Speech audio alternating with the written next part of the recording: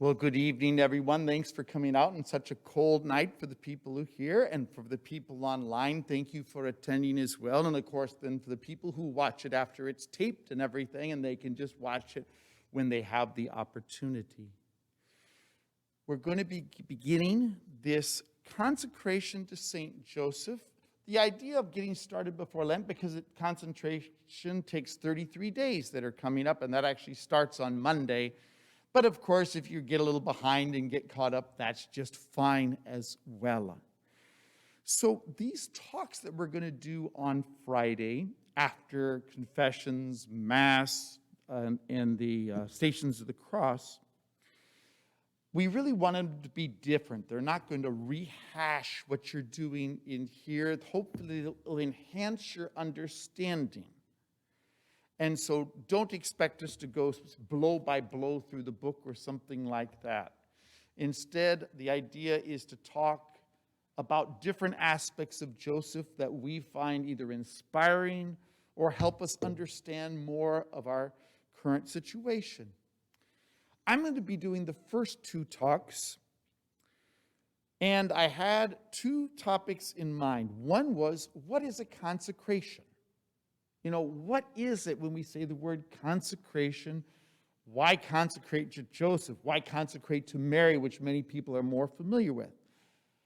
But I decided I'm going to do that one next week. The one I'm going to do today is one of my favorite things to always do, is to look at the history. I really like to understand why people are doing certain things, to get this big picture, to understand why the popes are doing what they're saying. So while we're having this consecration of Joseph, the bigger picture, of course, is this year of St. Joseph that our Pope proclaimed on the Feast of the Immaculate Conception, December 8th of 2020. Came as a little bit of a surprise. I didn't know it was even coming out, quite honestly. It's 150 years since Joseph was declared the patron of the universal church. Why did Pius IX declare Joseph the patron of the universal church? What does it even mean to say someone's a patron of the church? When I think of patrons, I think of people of opera who give money type thing for the opera house or something like that.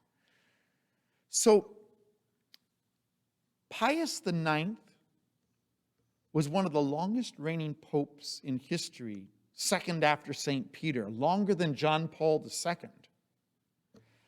And he's the one who proclaimed the official dogma of Mary as Immaculate Conception.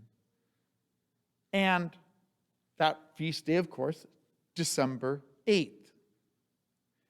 So what was happening around 1870, December 8th, when Pope Pius IX declared Joseph the patron saint of the universal church? And why did he do it on the Feast of the Immaculate Conception? I think we should remember that Mary is the mother of the church, right?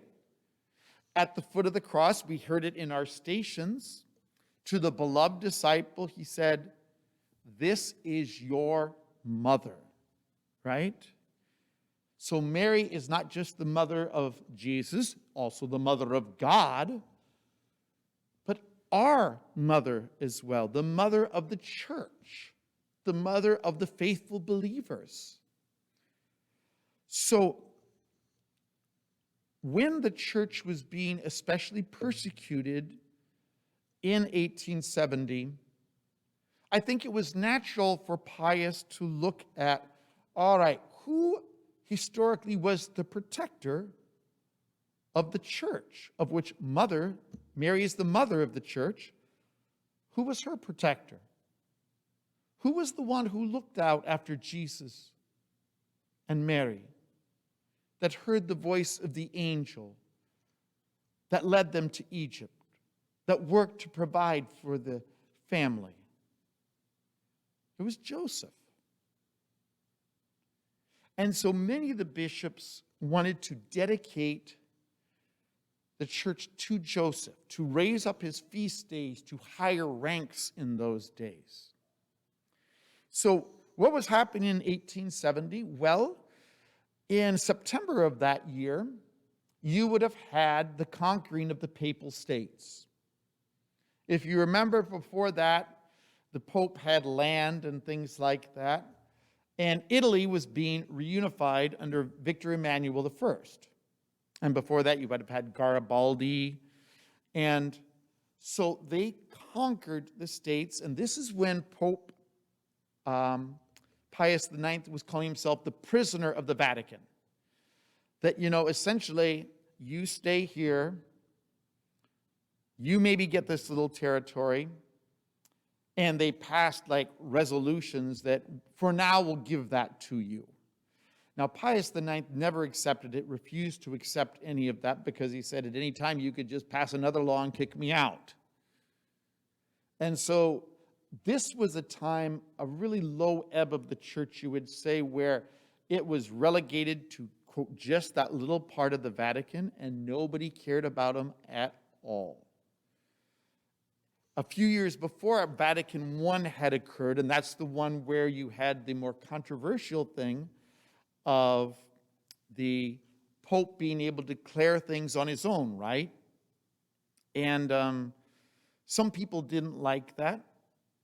And so many of the places, France, Germany, Austria, were rebelling against anything at all. A lot of anti-clericalism was going on. And so attacking the church was one of the incredibly popular things to do. And so let me read you from this Pope Pius IX document where he said this for December 8th, 1870. He talks about he is putting Joseph as the universal patron of the church.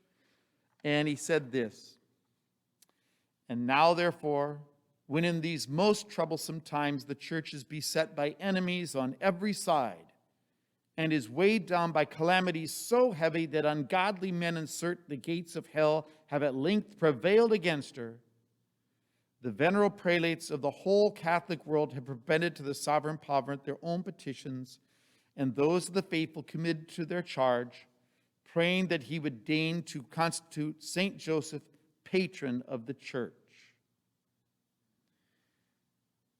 Enemies on every side, being tossed into the garbage heap of history. Maybe we'll let you stay there, maybe we won't. Isn't it funny to think of a time where the Pope could be kicked out of the Vatican? It's almost incomprehensible to us now. But that's what was going on in history, was this great rise of nationalism, which is, of course, going to lead to World War I, World War II, these great calamities upon the world. And so Pius puts us under the protection of Joseph, the one that cared for Mary and Jesus.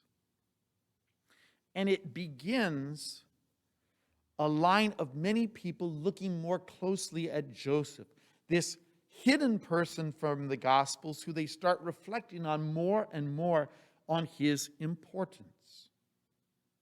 They keep elevating the rank of his feast day, which is March 19th. And then, in a major move, Pope Leo, around the turn of the century, where all the working conditions are going so bad with the Industrial Revolution for the workers, does Rerum Novarum, one of the most important church documents in history. And understanding Joseph as this patron saint of workers, that the workers need a just wage. The workers need to be able to provide for their families. The workers have rights. This was a very important thing, not in the world, and not especially in the world, but in the church as well. And this began a long line of Joseph being seen as the patron saint of the worker, the average Joe or Jane. In 1955, that's when they created the feast day on May 1st. the patron saint Joseph, patron saint of workers, right? Why did they do that? Communism, where everybody just works for the state. You're just a clone in the state, a drone in the state. This, instead, having work is a gift from God. Joseph was the worker, to provide for family, to look out for the good things. The guy who just does his job and goes forward with life. This is important. Don't fall for this communist ideal that they keep trying to spread. And so Joseph slowly becomes more and more important. They insert his name in the Eucharistic Prayer 1, the Eucharistic prayer of the church. There's 4 Eucharistic prayers. Originally, they just do it in Eucharistic Prayer 1. Then, when they call Vatican II into session, it is put under Joseph, the protection of Joseph. Understanding that this council is to look out for the church. Look out for the people of God. And we look to Joseph as the protector of the family.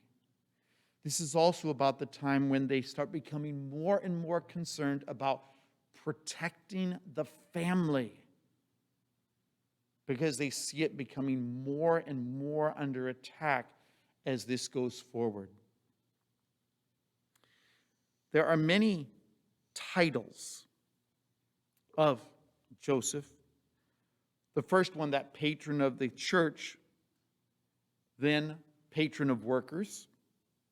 Then John Paul II makes the move to the guardian of the Redeemer, this guardian, protector of the Holy Family.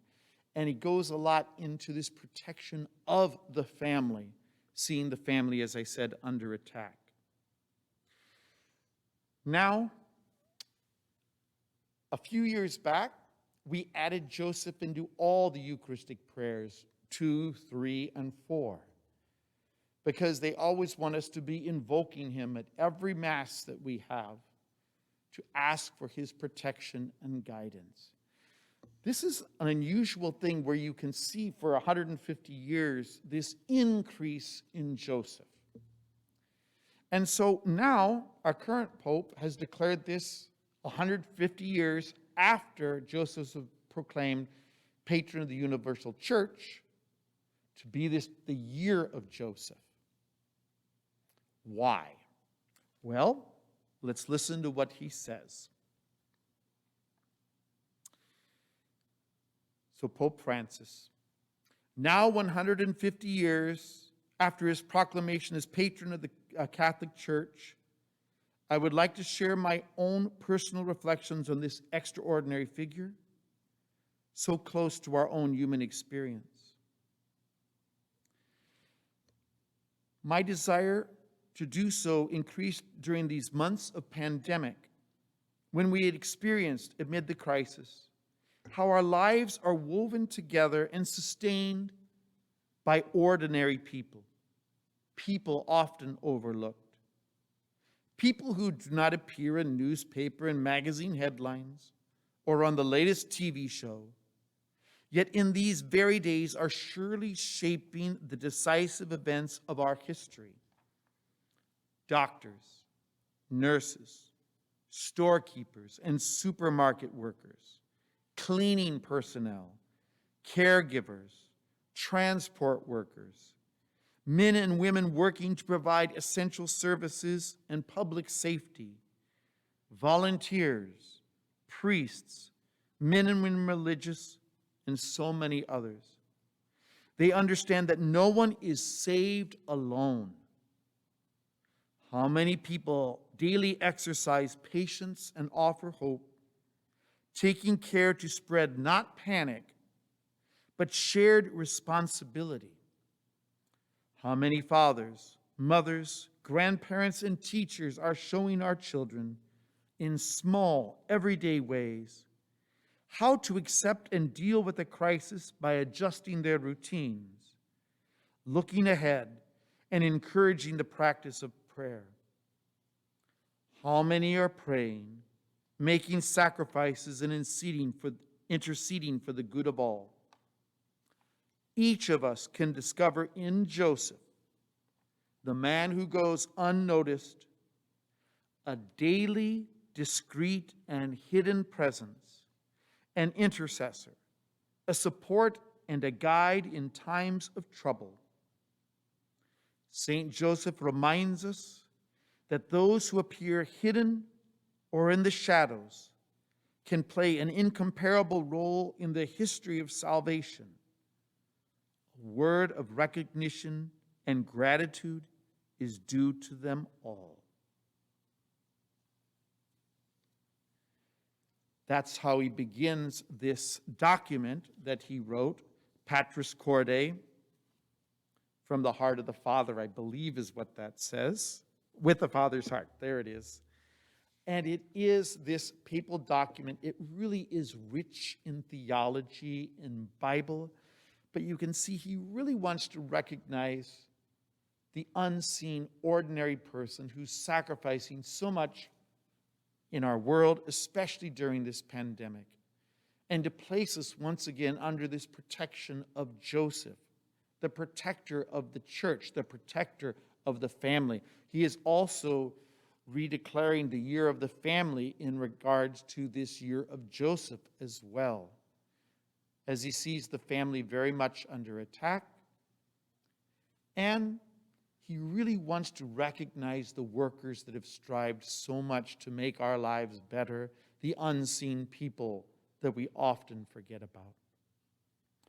So, 150 years of this increasing recognition of Joseph, of him being the patron of the Universal Catholic Church, of turning to him for the needs of the church. Mary is our mother, the mother of the church, but we also have a patron, a guardian, and that is Joseph. And so I hope that as we do this consecration to Joseph, we learn a lot more about him and can rededicate ourselves by our dedication to Joseph to growing closer to God. That is the point, right? To grow closer to God. But we have the intercessors of so many saints, and one of the very special ones is Joseph. And I hope this next month is a wonderful experience for you, learning about Joseph and growing closer to God. Thank you for coming this evening.